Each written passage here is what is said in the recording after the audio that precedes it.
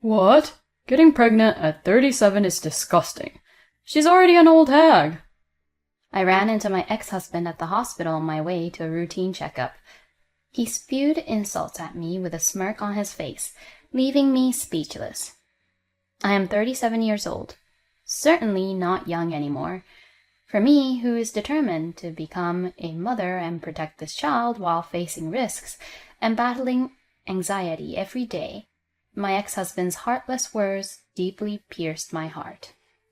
By the way, after I dumped you, what kind of man did you seduce? Did you seduce another young man? Well, no decent man would marry an Asian woman like you. My ex-husband laughed. However, at that moment, not only me but also the people around us froze. Stop it! How rude! Don't you know who this person's husband is? Huh? First, let me talk about my ex-husband. My name is Zoe.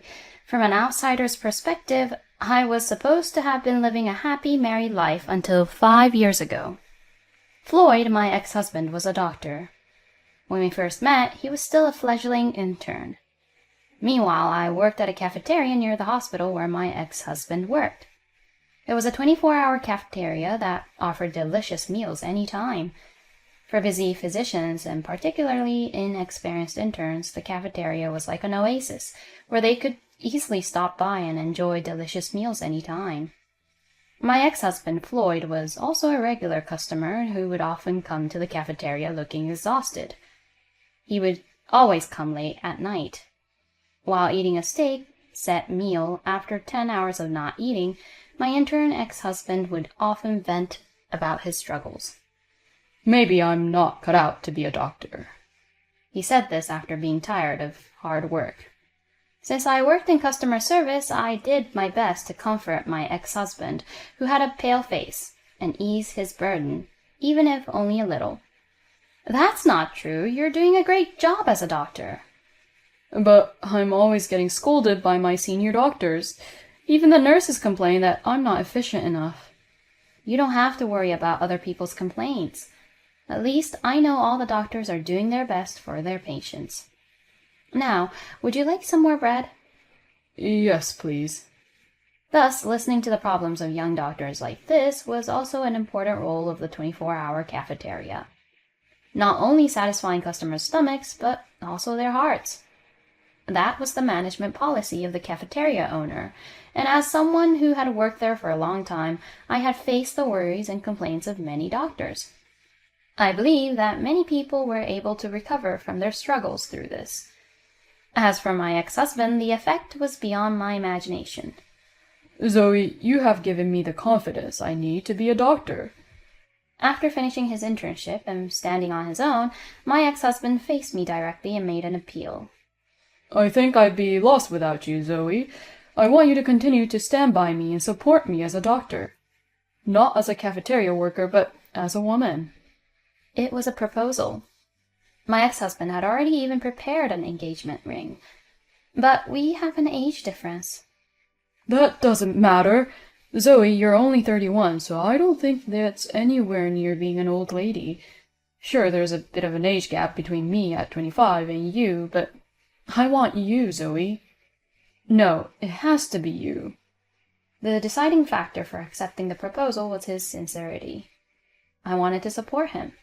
Even his childish side was an attractive quality to me at the time. We soon got married. I went from being a cafeteria worker to a doctor's wife. I knew that some people made fun of me for being after money and criticized my age, but I didn't think it was a problem. As long as we loved each other and stayed committed to each other, everything would be fine. But it seemed that way only briefly after we were married. Hey, you're old. I was hit by ruthless verbal abuse right in front of me. Put on more makeup. Your face is embarrassing to show to people. Don't say it like that. Look at the wives that my colleagues bring to hospital parties. They're all young and beautiful, and they all have decent education. On the other hand, what about you? You worked at a cafeteria right after graduating high school, didn't you? It's obvious that you don't have an education. But from now on, I won't take you anywhere with colleagues. You just need to do housework at home. Having an old wife like you is really embarrassing." Looking back now, I realize that this was probably my ex-husband's true nature. Proposing to me, saying he didn't mind me being older, was just a whim. No, to him, it was the biggest mistake of his life. Maybe until he met me, he had never really dated any women. He was too busy studying to become a doctor. But as he became more successful in his career, he gained more confidence as a man. Looking at the partners of his colleagues, they were all young, beautiful, and well-educated women. In contrast, his wife was. My ex-husband clearly regretted marrying me, and in fact, I endured a lot of verbal abuse from him within a year of our marriage. Old hag, ugly, uneducated. It was true that compared to the wives of his colleagues, I lacked youth and beauty, so I endured the verbal abuse he threw at me. However, my ex-husband would even scoff at that. "Oh, what's this?" It was while I was taking care of my ex-husband's suit. In his suit pocket, I found a receipt for a credit card payment. When I checked the contents, I found evidence of large purchases of brand-name bags and shoes at a high-end store. I immediately questioned my ex-husband. "Did you give these to some women? Women's bags and shoes?" "Shut up! It has nothing to do with you, old hag." "Don't say it has nothing to do with me. This brand here is popular among young women, I think." "Oh, yeah. I bought it for a certain woman. She's much younger and prettier than you are. I met her at a drinking party with colleagues." "A drinking party?" "Yeah, don't get all worked up. It was a gathering of young doctors and college girls from top universities. Her name is Kate. Unlike you, she's a well-educated lady." I was speechless. It was a clear confession of infidelity. My ex-husband was probably not only meeting this woman at group dates, but also privately. That's why he was spending so much on expensive gifts for her. The fact that he didn't even try to hide it from his wife was unbelievable. In a nonchalant manner, my ex-husband continued speaking. "When I told Kate about you, she said she feels sorry for me. A young guy like me with a good income, married to an old woman like you. She was worried that I was being deceived." "Deceived? What are you talking about?" "That's why I've made up my mind. I'm going to divorce you, an old hag, and marry Kate. You're just a hindrance now." "What?" "Oh, and don't be greedy and ask for alimony, okay? You are already lucky enough to marry me. Just go back to being a cafeteria lady." "Oh, wait, that's what you are." I will never forget the mocking laughter of my ex-husband that I heard at the time. He denied my very existence. As a wife, as a woman, and even as a human being. He even denigrated my original profession. I had told him he could get back on his feet in that late-night cafeteria. Once I realized what kind of man he was, I had no more lingering feelings for him. I did not seek alimony or property. The lawyer who intervened said, "Let's fight," but all I could think of was to leave my ex-husband's presence as soon as possible. I hated even breathing a second longer in the proximity of such a man. After the divorce, I found out that my ex-husband had quickly remarried. His new partner was Kate, the recipient of the name brand bag. I received an email from my ex-husband with photos of their wedding, but I decided to delete them and never have anything to do with them again. And then 5 years passed. I lived a quiet life, working as a clerk, away from my ex-husband. Those 5 years slowly healed me from the exhaustion of living with him. Luckily, I met a sincere man of the same age, and we got married shortly thereafter. I was carrying a new life in my belly. Although people around me were worried about my pregnancy at the age of 37, my husband encouraged me, saying, "It'll be fine with modern medical technology." and I was able to safely reach the 6th month of pregnancy. It was during a regular checkup at a nearby university hospital that it happened. Hey, Zoe? In the hospital corridor, the person who called out to me was my ex-husband, Floyd, whom I had divorced. For 5 years, we never saw each other at all. I had no idea what my ex-husband, Floyd, had been up to, since he only contacted me once to send me wedding photos, which felt more like harassment than anything else. After 5 years, my ex-husband, who had gained a dignity befitting his age, grinned when he saw me, his gaze immediately settling on my belly. What is it? You're pregnant? Even though you're getting older? You've got such a big belly. I don't care about you anymore. I remarried too. I can't understand that guy. You're already 37, right? Getting pregnant at that age, to be honest, is disgusting. You're practically a grandma now. After 5 years, my ex-husband's abusive language had not changed. He was still a terrible man. Not only that, he even made fun of my unborn baby. I knew it was pointless to engage with him, so I silently turned my back on him. Hey, wait a minute. I told you, it's none of your business. Don't talk to me. Huh, that attitude of yours is a problem. Actually, I've been assigned to work at this university hospital starting today.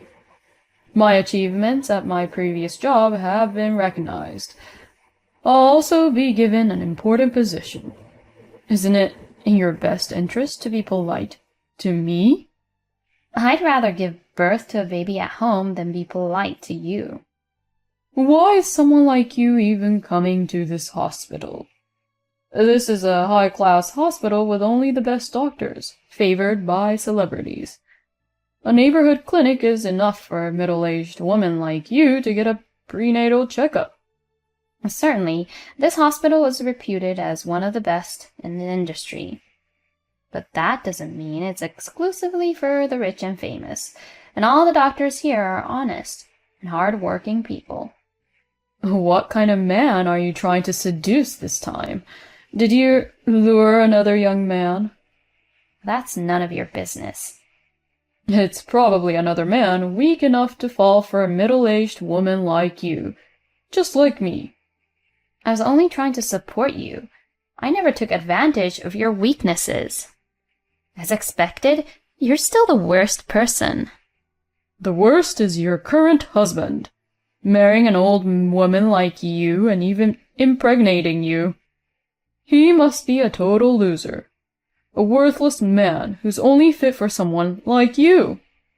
The surrounding people became restless at the words uttered by my ex-husband.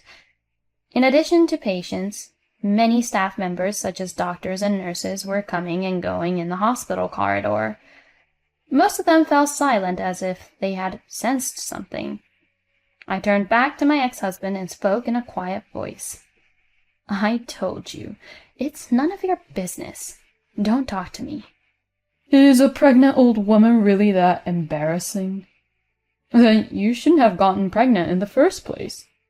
You're so shallow, both you and your stupid husband. That's enough. Don't insult my husband any further.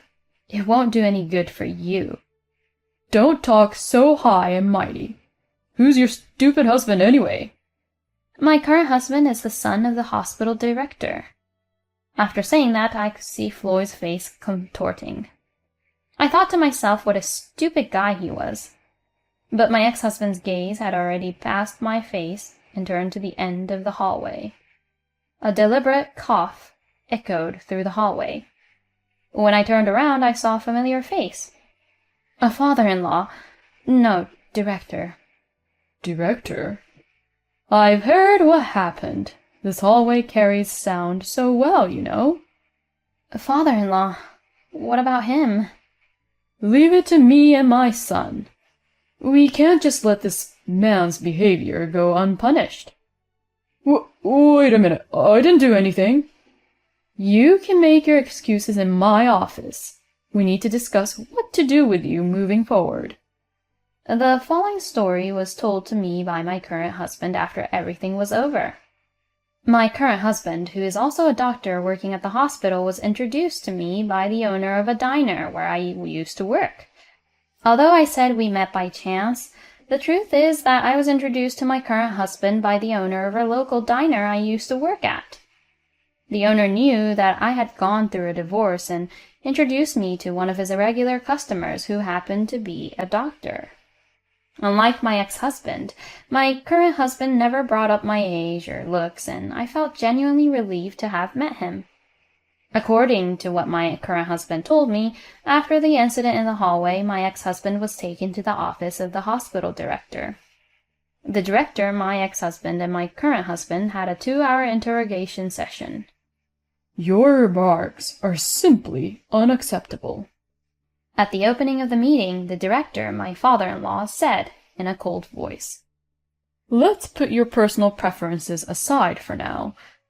Whether you dislike older women or are infatuated with younger ones, that is your personal matter. It's not something the hospital needs to be aware of."